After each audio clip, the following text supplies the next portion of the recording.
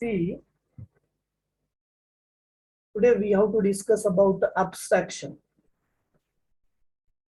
Okay, so it's very important OOPS concept. It's a important OOPS concept. It's important OOPS concept. So to achieve the abstraction mechanism in the programming, in the Java programming, we need to first understand what exactly abstraction is. What exactly abstraction is. So in a very simple word, I can say it's a mechanism. It's a mechanism in which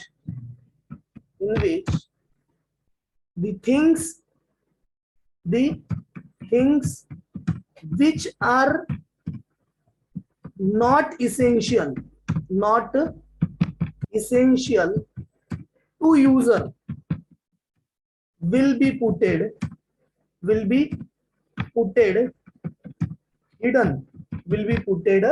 hidden. Okay, so only the things which are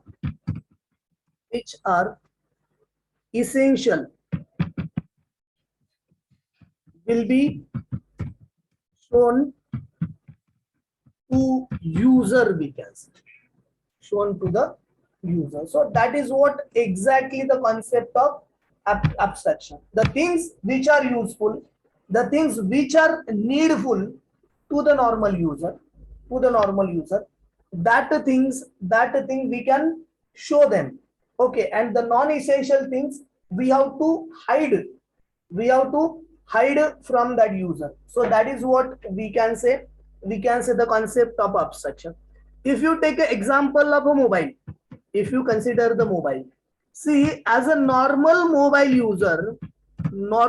user knows about, we can say, calling.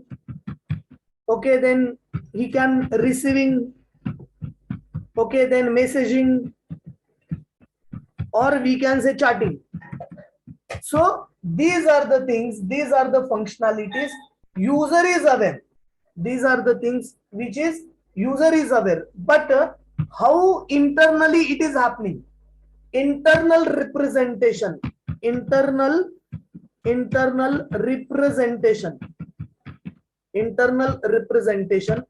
is hidden. Internal representation is hidden from user, we can say, from user. For example, simply how it is connecting to network, okay, or how it is getting the signal,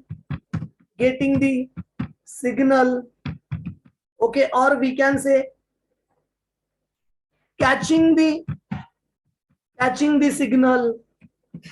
Okay, so these are the some functionalities, user is not aware, so these thing have to be put hidden, or that have been put hidden from the user. Okay, but these are the things that are essential to the user, normal mobile user, and hence these are made available to the user. But these things have been put as a abstract. These things have been put as a hidden from the user, and this mechanism, this concept, we call it as the abstraction. Okay, so programmatically in a Java, if we have to achieve the abstraction mechanism, we have various options. So we have various options to achieve abstraction, we can say abstraction. For example, simply we can use access modifiers, or we can say specifiers. Access modifiers or specifiers. Then the second thing we can say, there is another way we can use the abstract abstract keyword. That is what the abstract class and the abstract method. So through that even we can achieve the abstraction mechanism, and somewhat by using the we can say by using the interfaces, even somehow by using the interfaces, okay, or we can say factory design pattern, factory design pattern. By using a factory design pattern, we can achieve the abstraction mechanism. We can achieve the abstraction mechanism. So whatever the things we want to disclose to the user, that we will make it available, and the things which you don't want to disclose, you have to hide from the user, okay, or whoever the user, we have to put that hidden. So we can do that one through the abstraction. So abstraction can be done by using this one. So very basically already we know the access modifiers, public, private, default, okay, like or the protected access modifiers. So for example, I can simply make this one class, okay, that is what we can say addition class, class addition, okay, and in that class addition, I am making a private integer, assume like a number 1, okay, and then I am making it as a private integer number 2. So I declare these two variables as a private, okay.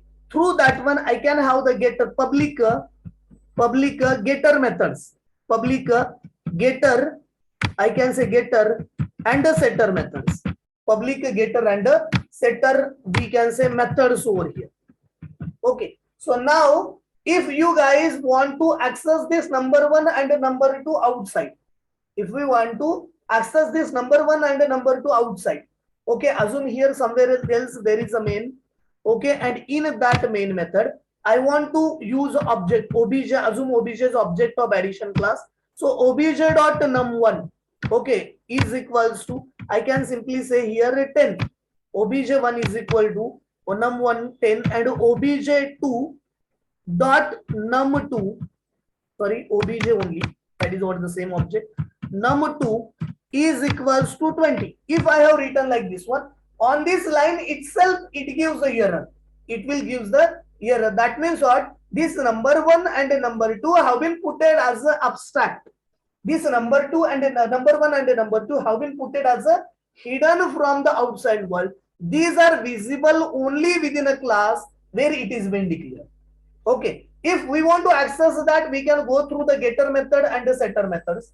Through the getter method and the setter methods, we can do that one, we can access that. So that is what one way of abstraction, that is what the one way of abstraction provided by the access modifier we can, okay. So I already we have discussed about these things, so it is, I just want to show you in the just relation with the abstraction mechanism.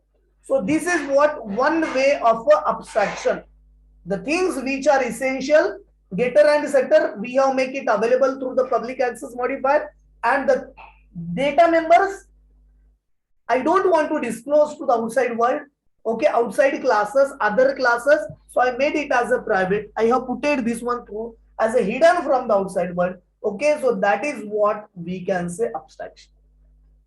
Clear? Yes.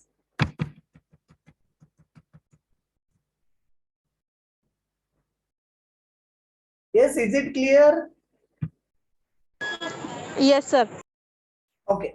So now I am here to go for the abstract keyword actually. Okay, so I am going to achieve the abstraction mechanism. Abstract. Yes. Actually मला थोडस बाहेर जावं लागत आहे, बाळामुळे ते पडलंय, तर मी तुम्हाला The keyword. So now we will discuss about the abstract keyword over here.